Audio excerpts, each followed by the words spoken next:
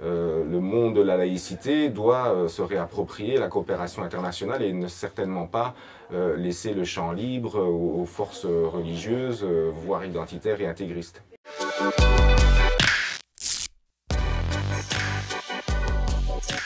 Le Centre d'action laïque, c'est évidemment l'organisation qui porte la laïcité. Bon, la laïcité qui est devenue sans doute plus que jamais une nécessité d'un point de vue démocratique, mais aussi du point de vue du vivre ensemble.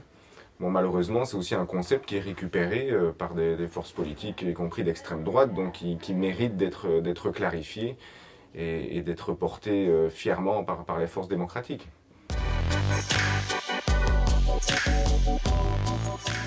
Je pense qu'en effet, oui, la laïcité devrait être mondialisée. Maintenant, on entend par laïcité, quand on se déplace dans différents pays, dans différents endroits du monde, on se retrouve face à des définitions différentes. Donc ça, c'est un premier défi.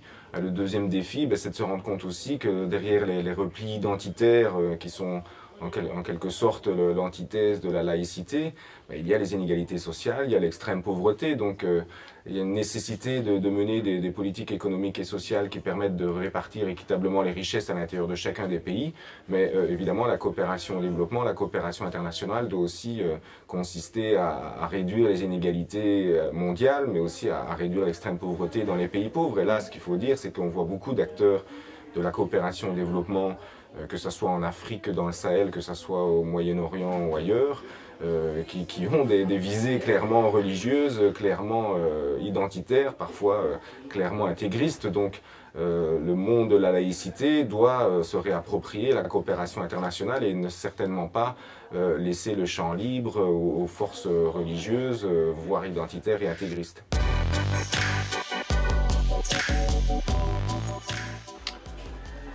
Alors là, c'est très difficile parce que les trois sont évidemment liés. Bon, je vais choisir celle de la solidarité parce que c'est un peu mon domaine au quotidien, parce qu'on vit dans un monde de plus en plus interdépendant, donc croire qu'on va s'en sortir sur le dos du voisin en se repliant sur soi-même, c'est un leurre.